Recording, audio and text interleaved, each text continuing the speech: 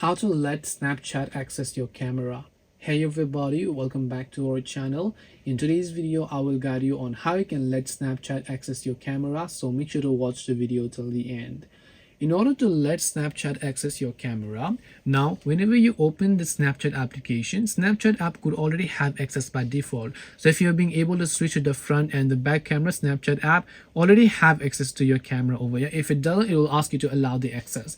Now just in case you missed it, you want to allow the access, you can open up settings. Now, as for iOS users, you have to go to the camera settings, look for Snapchat and allow the permission. As for Android users, you have to go to the option called apps over here. And once you go to this option known as apps over here, you should be able to look for the Snapchat application. So just go ahead and then search for the Snapchat app.